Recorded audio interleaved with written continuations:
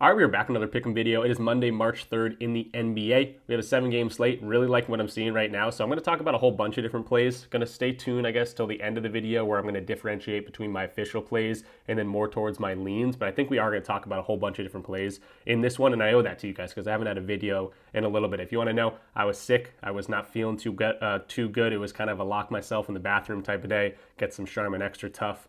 Stay in bed. That was the last few days for me. So maybe too much information, but that's why I haven't had a video. But excited for today. The sun's out. I'm feeling good, and I'm definitely hoping for a good day for today. So that's what we're gonna be getting into. If you're new around here, definitely go ahead and subscribe. Leave the video a like, comment something down below. Typically we have videos most every day. Usually I take like one day a week off where I don't do videos, but we're active in our Discord community. So if you want to check that out, links in the description down below. So that's what we're going to get into. We will go in the recap of the last video I had, how we did, and then I'm going to go into the injury news, and then we will start talking about the plays. But if you're interested in the official plays, that's going to be at the end when we recap stuff and where I talk about the official versus the leans. So let's get into it, talk about the recap, and then we'll get into the injury news. All right, so going into the recap of the last video, that's when we really dove into the combination of that Giannis assist line and the Damian Lillard points line. Unfortunately, Damian Lillard only had 3 3-pointers, did come up short on the points, but Giannis came through with the assists. Franz Wagner stayed under his points and rebounds line. I actually ended up getting this at 31.5. Paolo ended up going off. We talked about why I liked Franz's under a little bit more than Paolo's under. I'm glad I went that way. And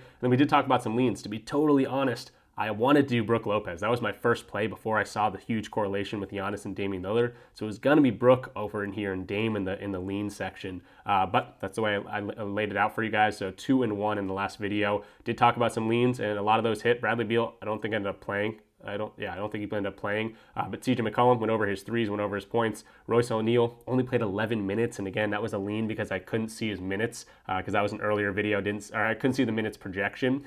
So yeah, he only played 11 minutes, went 2 for 2 on threes, which sucked. And then yeah, Brook Lopez hit. So pretty good day overall in terms of the bets we talked about. I did talk about some of this in the comment section because people were asking for plays, and of course I didn't make a video for this day, but ended up having a good read on the day, pretty good overall. Dave Casher plus money play that I talked about, 2.5 3-pointers made for Michael Porter Jr. He crushed that line. And then yeah, Malik Beasley, Trae Young's under, Davion Mitchell continues to torch my Celtics. I don't know why he just hates us. I think Jaylen Brown and him have kind of like a bromance. I think they just go at each other. But yeah, it was really Mitchell and Tatum taking over that game. Good game overall, but yeah, my Celtics ended up losing that one. Obviously, we were dealing with some injuries, so we'll see them in the playoffs. But yeah, pretty good reads overall. The reads haven't been bad at all, so I'm going to try to continue that for today. And we're going to start by going over the injury news. That's always huge. And then we'll start talking about and breaking down these plays, the matchups, and things like that. All right, so quickly going over some injury news here. Like always, there's a lot. It's been the story of the NBA season. We'll start with Portland side of things. A little bit harder to read this side. We know no Ayton in this one, but Jeremy Grant, a guy that's been playing a ton of minutes when he does play, but he's a game-time decision. Potentially Robert Williams coming back in this one. Matisse Thybulle's been out all game. So Jeremy Grant's kind of the guy I mainly look at here, but even when he plays a ton of minutes. He hasn't been amazing this year. On the Philly side of things, no more Joel Embiid for the entire year, so that's not something we have to worry about. Kyle Lowry's still out. Paul George, game time decision as well, and then Tyrese Maxey kind of playing injured. His coach has came out and literally said he's trying to shoot the ball with three fingers or something rather than 2, and that's really affected him. So this Philly team is really struggling. They kind of continue to play their guys a ton of minutes. I think they're still trying to get in the play-in spot, but there's not a lot of hope for Philly fans so far this year, especially with Embiid going down. But yeah, I do like a lot of plays in this one. We're going to talk about that one in a second. Golden State and Charlotte, we got Steph Curry active, of course. Jimmy Butler going to be a probable tag along with Quentin Post. Kuminga is going to be out for them as well. He's been out for a ton of time. Charlotte, LaMelo Ball going to be active. He has not been amazing when he's been playing lately. His projected minutes here is 33 minutes. So yeah, his games, they just keep getting crushed, so he doesn't play a whole bunch of time, but he should be ready to go. Miles Bridges also a probable tag here. Seth Curry as well. That's what we got going on in that game for Washington. Jordan Poole are going to be out, so that's obviously a big boost for a lot of these guys. You can see on-off court stats. Anyone get a huge boost? Looks like Chris Middleton, Bilal. Obviously, I was going to be looking at Bilal in this one, but we got a spread of a -8.5. Miami's kind of been struggling too, so keep that in mind. Sadiq Bey, Malcolm Brogdon, Jordan Poole all out for this Washington Wizards team. In terms of projected minutes, yeah, Bilal Coulibaly could be a guy to go to without Kuzma on this team anymore, and now Jordan Poole. He gets a whole lot of usage in those scenarios. But again, with Middleton and Marcus Smart, a couple new guys coming to this team, could be a little bit harder to read. For Miami side of things, Andrew Wiggins going to be a game time decision. Jaime Jaquez as well, and then Jovic with that broken hand continues to be out. On the Houston side of things, bunch of game time decisions. They are on a back-to-back in this one. Looks like Fred VanVleet listed as out. Yeah, won't play Monday. He obviously has been kind of in and out of the lineup recently, did return, but now he's been out, I think the past 2 games. Sengun, Brooks, Amin Thompson, Torrey Eason, everyone pretty much a game time decision on this back-to-back. And they got a tough matchup going against the OKC Thunder, but these are kind of 2 teams atop the Western Conference standings, guys that are battling for playoff positioning, more Houston side of things than OKC. So I would try to, expect kind of most of these guys to play unless they're dealing with some sort of injury, and it could be a good game if they do. It is a 9.5 spread. Chet Holmgren is going to be a game time decision. I don't know if he'll play. He's dealing with that ankle injury. They should just rest him until playoff time. They don't really need him with the lead they have right now. And obviously he just continues to get injured. Isaiah Joe, also a game time decision. And then AJ Mitchell going to be out for this team. For the Atlanta side of things, we got Trae Young, game time decision, but probable. Larry Nance, Vit Krejci, and George Niang out for them. For the Memphis side of things, John Morant's going to be a game-time decision. That's pretty much the only news we got there. And I think everyone's going to be talking about the point total in this one. 253.5 is absolutely insanity. 2 teams that like to score points, 2 teams that don't have an amazing defensive scheme in terms of above the break threes and things like that. So it could be a lot of scoring in this one. Could be a good game to get some overs, but of course, I do want to know what John Morant. Maybe you start to lean Desmond Bane, Jaren Jackson Jr., either of those guys got good matchups. Considering the fact that Ja might not play, they're definitely able to go over their lines anyway, but if Ja doesn't play, just more usage for those guys. Then we got Sacramento and Dallas. Sabonis is going to be out for this team. He got a hamstring injury early in yesterday's game. I think they're on a back-to-back. I'll point out the back-to-back news here in a second.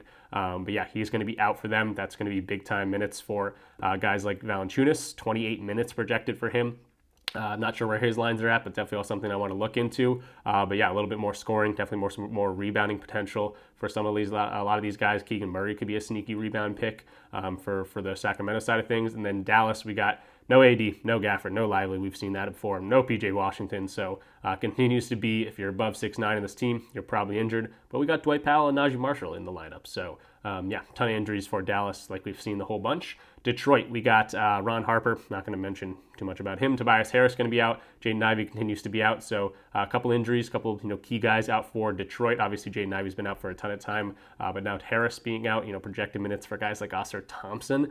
30 minutes for Oscar Thompson. We don't see that a ton, so he's a guy that can rack up some stats pretty quickly, especially going up against a Utah team that allows a lot of stats. On that Utah side of things, bunch of game time decisions. Pretty much their entire starting lineup is going to be game time decision, so definitely a harder one to read for those guys, but definitely I think some good spots for some Detroit players. So that's why I'm liking what we got in terms of this slate. I think we got a good angle to approach some of these injury news, guys that might be getting a little bit more minutes, and then the other side of things, maybe guys that might be losing minutes in games that might not go the way that we expect it. Especially Philly, Tyrese Maxey, a guy I might try to fade here with that injury. But yeah, like what I'm seeing here. And then real quick, just want to point out the teams on a back-to-back. I think there are 4 teams on a back-to-back. One of them is going to be the Miami Heat. They're playing Washington. They played New York yesterday. The Thunder played San Antonio yesterday. They're going to play Houston today. The Blazers are going to be on a back-to-back going up against Philadelphia. They played Cleveland yesterday. And then the Jazz playing back-to-back against Detroit. They played New Orleans yesterday. So now let's start talking about some picks here. We're going to be using a tool called Props Madness like we always do. If you're watching this video and you're like, dang, I got to get on this thing. Maybe you've seen it for the first time, or maybe you've been seeing it in my videos for a bunch of time. They give us so much information. It's not just, oh, this team gives up a lot of points, so I want to go to an over on a guy's points. It's way more than that. You can see the matchups, how these guys score the ball, where they score their points, and how this team defends it. You can see similar types of players. You can have a million different types of filters for opponent defenses in specific ways. So it's a really powerful tool. You're going to see the power of it throughout this video. If you want to check it out, use my link in the description down below. It's going to be code RICH. You're going to get a free week trial, which is awesome. Then you're going to get 25% off your first month or your entire first year. And yes, they have WNBA, so definitely check out Props Madness. The tool is awesome. I'm going to be starting off not with Tyrese Maxey. I do want to talk about an under potentially for him. But yeah, I'm going to start off with Kelly Oubre, because if I'm leaning towards a Tyrese Maxey under, if there's no Joel Embiid in this one, I'm really liking the potential here for Kelly Oubre. He's been pretty good in terms of scoring the ball. I'm actually going to go to his points and rebounds because I like his potential without Joel Embiid in the lineup. And similar types of players against this team have been rebounding the ball extremely well. And then you get the fact that the Blazers on a back-to-back, Shooting might not be there as much as a typical game. Maybe they lose a percentage or two in terms of their team shooting potential, and that's a little bit more rebound. So I'm liking the combo here at 23.5, and why do I like it? So in terms of the matchup here for him, Kelly Oubre, a guy that likes to shoot threes, hasn't been shooting a ton of threes this year or really last year. You can see some of these games, he doesn't even shoot a ton. He doesn't make a ton either. So the above the break defense being pretty good for this team isn't as, what is the word here? Isn't as impactful as I would think for a guy like Kelly Oubre. He's been getting a ton of his points at the rim. 50% of his points have come at the rim, and that's more transition. That's more, getting to the line here. They're 26th in terms of that pick and roll ball handling, and especially if Tyrese Maxey's a little bit more limited. Obviously, I keep mentioning Joel Embiid's out of the lineup. This could be a good spot for him to score the ball. You can see similar types of players scoring the ball really well. You can see similar types of players rebounding the ball, 57% of similar types of players rebound pretty well against them. So yeah, I'm liking Kelly Oubre in this matchup. Let's start to make this hit rate and this hit rate chart look a lot better. And we're going to start off with the spot up. So actually, I guess we'll start off with Joel Embiid. We're going to take out Joel Embiid. This is a 48% hit rate. 51% hit rate on his points and rebounds line. Again, that's what we're looking at. And again, recently he's been really, really good. Now I want to see the spot up defense because that is his main source of scoring. Now again, doesn't shoot a ton of threes, but even in this mid-range area, whatever it might be, he does get a decent amount from spot up. That's 23% of his points. And they're ranked 9th here. So I wanted to get rid of those top 10 teams or bottom 10 teams in terms of defending that. I don't want to hide anything here. This does drop to a 44% hit rate. But the main thing I like to see here is the restricted area defense. That's what they're really weak against. They're 23rd in terms of restricted area defense. We might get Robert Williams back. We might not. But we got no Ayton down there, so they might be even a little bit worse than usual. Taking out those top 10 teams, because again, they're ranked 23rd. Now we get a 56% hit rate. And the last thing I want to mention is his minutes projection. He's been getting a ton of minutes. I should have showed that. Last few games, he's getting over 40 minutes. He's projected for 40 minutes in this game.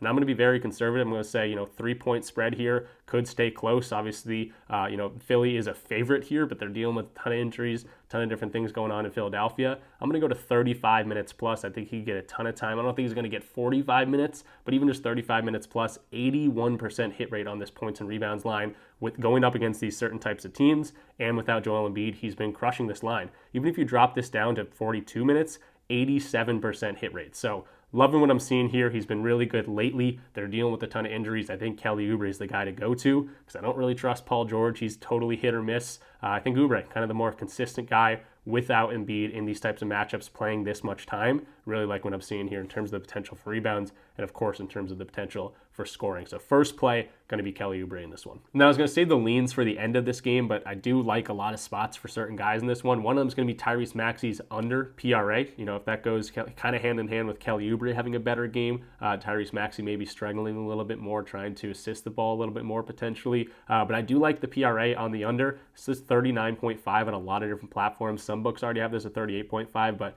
majority at 39.5, so I'll take the value there. He's under in 41% of games on this season, but the last 6 games or so, he's not been very good. You can see the field goal percentage has been horrible for him, 2 of 14, 12 of 32, even in the amount of time he's getting. Again, look into it. He's literally trying to shoot the ball with 3 fingers, dealing with a finger sprain or something.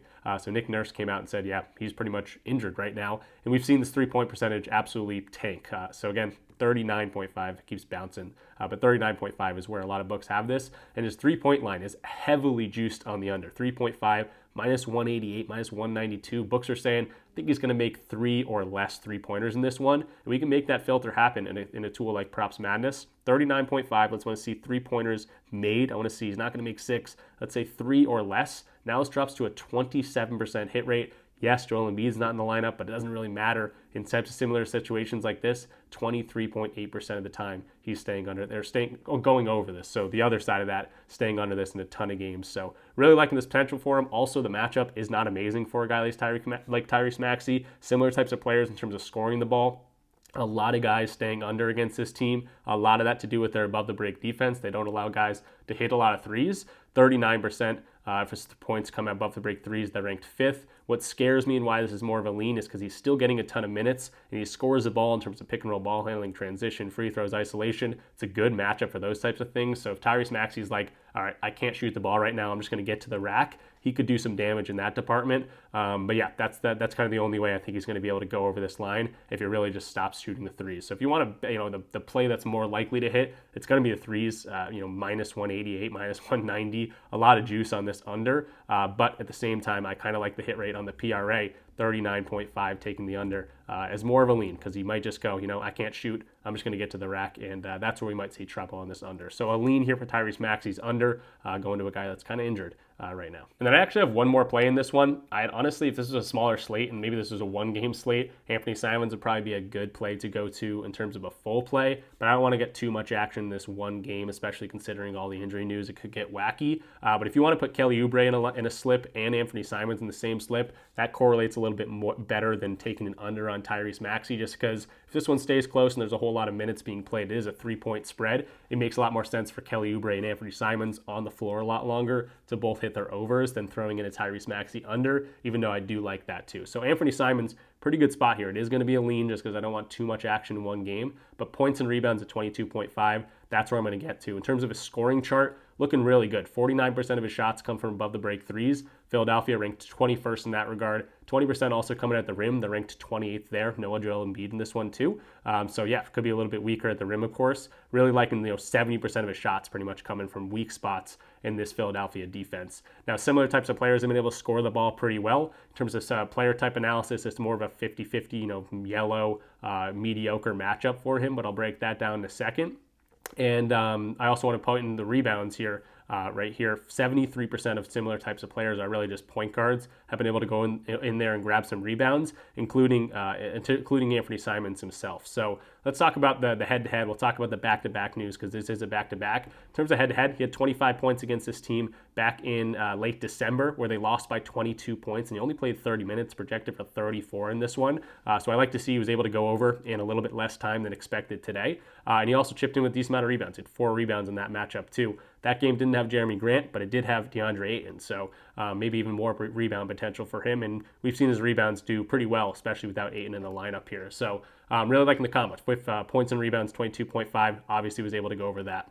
Now let's quickly talk about the back-to-back. Over this in 5 of 7 games. So back-to-back doesn't scare me all too much. His minutes don't drop off too much, 32, 37, 37, 37, 27, 41.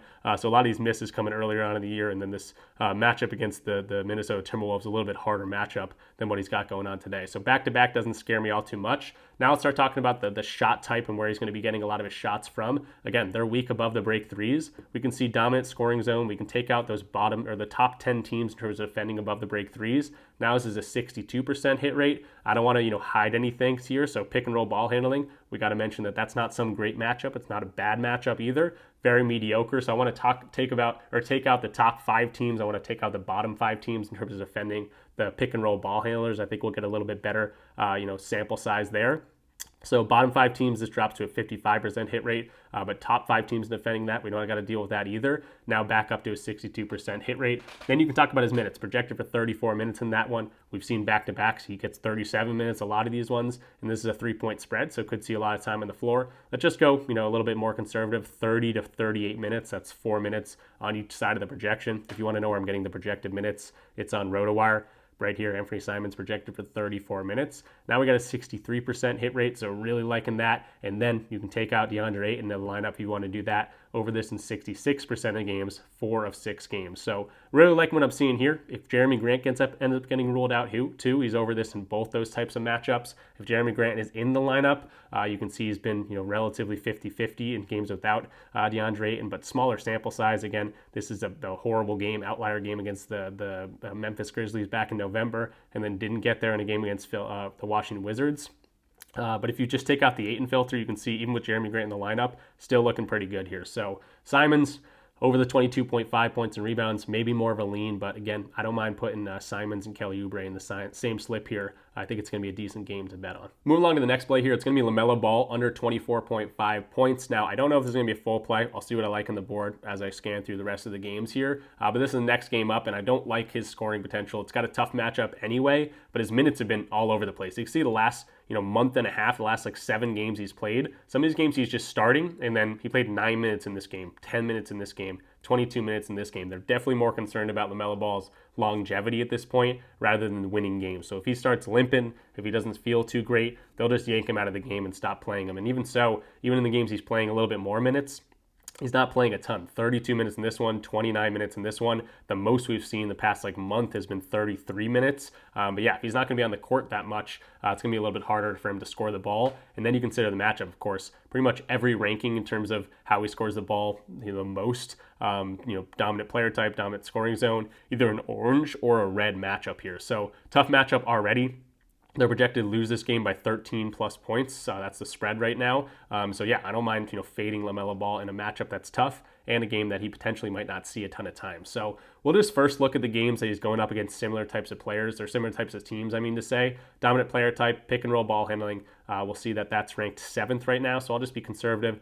Take out those top 10 or bottom 10 teams in terms of defending that. We'll see the hit rate drops to a 52% hit rate. Then you can see the dominance, the second dominant scoring zone is going to be his transition.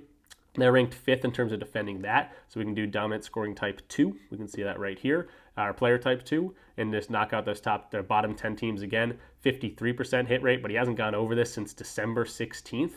So yeah, they're kind of in tank mode. I don't think he's going to get a ton of time. He's got a tougher matchup, 53% hit rate, but the last 5 games in similar types of matchups, he has not been able to go over this.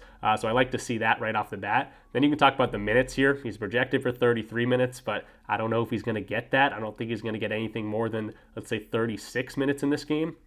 Now it turns into a 50% hit rate. If he sees anything less than that, we've seen him very much go under this. And again, you consider the matchup here, it's going to be a tough one for him. And I didn't even look at the above the break threes or in terms of the restricted area defense where they're pretty good. I think this is a pretty good spot to fade LaMelo. More of a lean at this point, potentially a very good play to play as a full play. Again, I'll do the recap of full plays versus leans at the end of this video, but definitely some of those popping out to me, especially if he's going to go out there and get an injury or something like that. It's not out of the realm of possibility that that happens. So fading LaMelo, I think, is a pretty good spot here. Tougher matchup. Hasn't been able to do this much recently in the back half of the season. Was able to kill it earlier on when he was playing healthy and playing free. But yeah, he's kind of just messing around out there at this point. And if he feels that ankle, swelling up at all, he's going to be right down to the bench. And the last thing I'll point out for LaMelo here is, again, the spread. 13-point spread. But even games that he's just playing 0 to 36 minutes, we haven't seen him play more than that in a long time with all the injuries he's been dealing with. In games that they lose just by 1 point or more, this drops to a 31% hit rate on the over and hasn't hit this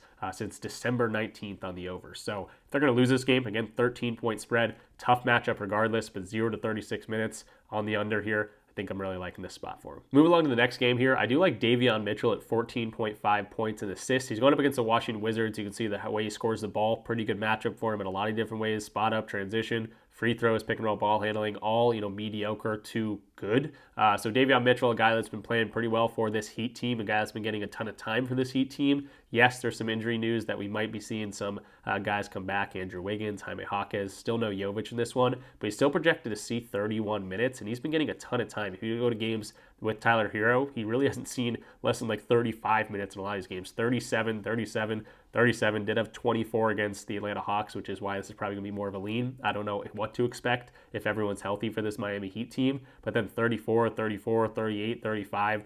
So we should be seeing a ton of time from Davion Mitchell, I would assume. Again, projected for 31 minutes. That would knock out this game where we get even a better hit rate. He's just been playing well on the Miami Heat. They like to play guys that they can see potential in.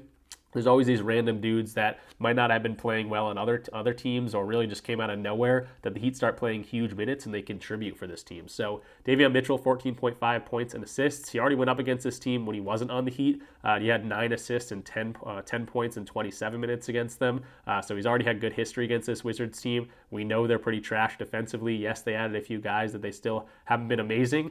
So Davion Mitchell, more of a lean here, but 14.5 points and assists. I definitely like this potential for him too. Next thing I want to point out here is going to be Bilal Coulibaly over his 13.5 points. Now you can see he's over in 3 straight games. The thing you might want to point to is the fact that Chris Middleton's on this team now, kind of the more usage guy on this team. Marcus Smart came to town, but not a guy that likes to shoot a ball a ton. But yeah, he's been over this in 3 or 4 games with Chris Middleton in the lineup. I'd love to see that, including 3 straight games. His usage has been high in these games as well. 7 of 14 over this one, 7 of 9 in terms of field goal percentage in this one, and then 6 of 18 over in this one. So with Chris Middleton in the lineup, I don't mind that. Obviously, we're dealing with a game without Jordan Poole now. We see no Kyle Kuzma on this team anymore. In games he's seeing without Kuzma or without Poole over in both these games against the Knicks and the Hornets, 18 and 17 points in those 2 games. Then you see head-to-head in terms of scoring potential, pretty mediocre in terms of the way he scores the ball. Transition, not the best, but spot up pretty good here. Similar types of players, 58% of those guys going over in this one. But did have 22 points against this team back in November in 33 minutes. So I do like to see that one as well. This is 8.5 point spread. There's always blowout potential against the Wizards. But if I'm going to an over for Davion Mitchell, I don't mind pairing this up with an over for Bilal as well. Just means more time in the court for both these guys if it's staying relatively close. And 13.5 just seems a little bit too low for a guy that's been scoring pretty well. His usage has been up, and now they're dealing with obviously injuries to some of their main guys. Kuzma not on the team anymore, but without Kuzma, Bilal gets a little bit of a boost in really every regard. So his usage could be there. The last few games, I guess I'll point to that because I do like to point out usage in terms of these hit rate charts. If I can find usage, you can see it's kind of hit or miss in the last few games, but recently 25, 17, and 27% usage. If he's going to get 18+% usage, I want to see what his hit rate turns into. 71% of games he's over this 13.5 line just from 18+% usage. And we've seen 27 in 2 of the last 3 games, even with Chris Middleton on the floor. So if this one stays close, it's going to be a good spot for him. He went over this in the head-to-head matchup against them earlier on this season. Now we got no Poole. Kuzma's out of town. I think this is Bilal's to kind of team at this point for a young Wizards team that is kind of scrapping to get any sort of wins. They haven't been as bad in recent games. Last 2 games, I think they did win back-to-back games. Is that crazy to say? No, they didn't. They won 2 out of the last 3 games, though. That might be the best stretch of their entire season. So Wizards, Bilal Coulibaly, I'm liking the points over 13.5. Moving into the game that has 1 million points projected, Hawks and Grizzlies, 253.5 is wild. You could just be looking at a lot of these top players and looking at their overs just because I think there's going to be a lot of scoring potential. But I looked far into this game, especially with Ja Morant being game time decision. It's going to be a little bit tougher to call at this point. I honestly want to look at like Santi Aldama or something like that. I was looking at Jalen Wells potentially. But if you want to go to like one of the top guys, I think Desmond Bane, 32.5 PRA, could be a good look, especially with Ja Morant, a game-time decision. If Ja Morant sits, this is looking really, really good. But even if he plays, it's a good matchup overall in terms of transition, pick-and-roll ball handling, above the break threes, interiorly. Desmond Bane could have a pretty good game here. And, of course, if Ja Morant sits, that's just a huge plus here. But, yeah, I really want to look at someone like Jalen Wells. I don't mind Santi Aldama, but he doesn't have lines right now. Trae Young, also a really good spot here, but he's kind of been hit or miss in certain types of games like this. Dyson Daniels at plus money for his rebounds and assists. He's been crushing this line in a lot of these. But yeah, we're getting really good value, literally plus money on a 10.5 line. I'd definitely take this at 9.5 if you can find that somewhere, but it might be really juiced. If you see this at PrizePicks or something at 10.0, I think that's a pretty good spot here. But he's projected for 34 minutes. If minutes have kind of dropped off a little bit, but in games he's seeing 30 to 38 minutes. Right here, he's over in 58% of those games without Jalen Johnson. He's out for the year, over in 59% of games. And then you consider the fact that he's going to be, out there in a game that a bunch of shots are going up, could be more rebounds, a bunch of shots probably going in, more assists. I think Dyson Daniels has been absolute wagon on this line. And for plus money, I don't mind going to that. So I really wanted to get to something in this game officially, but not something I'm really loving. I don't want to force anything.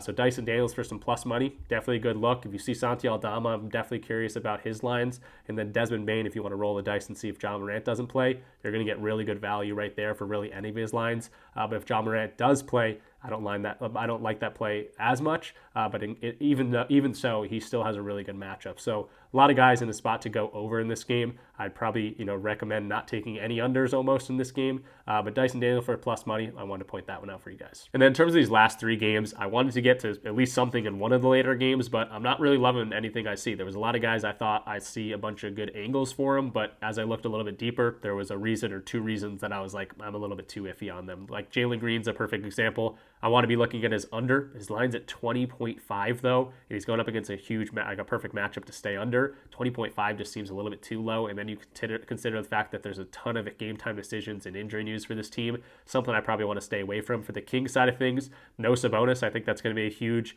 rebound potential for guys like Keegan Murray and Jonas Valanciunas. Their lines are just a little bit too high for me. If you want to look at Keegan Murray, I guess that's the best way to look at it. Probably 6.5 in terms of rebound department. And then the Maverick side of things, it's just a little bit hit or miss. Kyrie Irving's lines are really inflated. Najee Marshall and Max Christie have been a little bit too hit or miss for me. They don't have a ton of guys in terms of rebounding either. So I think rebounding maybe for the King side of things could be a good look, but I just don't know who to go to. And then for the Jazz Pistons, game time decisions all over the board for the Jazz. And for the Pistons side of things, I really wanted to get to Ausar Thompson, but even with the minutes he's getting on the floor, it's more of a 50-50 matchup than I thought it would be.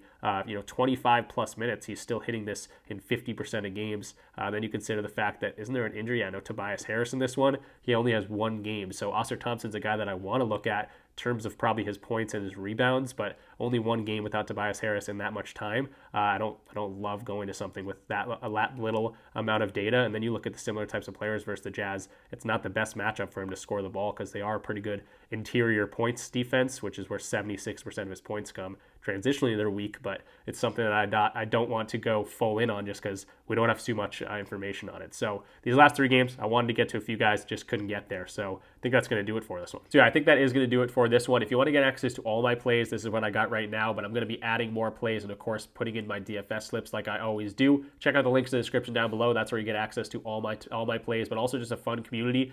Plenty of different ways to get in there for free. It's also one of the cheapest communities out there. You get my seasoned chefs in here. You get share your own slips, but also just, talking to a community, like-minded people, bounce ideas off each other. I'm very active in here, but it's a fun chat. You celebrate your wins together. Definitely bash some players that don't play well if they sell your slips or whatever. It's all in good fun. Not a lot of negativity in here at all. That's not something I deal with. And it's a lot of fun. So definitely check us out if you want to get access to that. But a real recap of what we talked about, just to kind of clean it up, because we talked about a bunch of different plays, leans, and things like that. I did bump up a few different guys because I didn't like as much as I thought I was liking. At the first few games, I was like, I'm going to like a ton on this board, but ended up getting a little bit falling off as we looked through the later slate of games. But Kelly Oubre over 23.5 points and rebounds. Anthony Simons over 22.5 points and rebounds. Same game, kind of correlated. This one stays close. These guys both should be on the floor longer. Bilal Coulibaly over 13.5 points. LaMelo Ball under 24.5 points. Those are going to be the official video picks. Talking about some leans, Tyrese Maxey under his 39.5 PRA.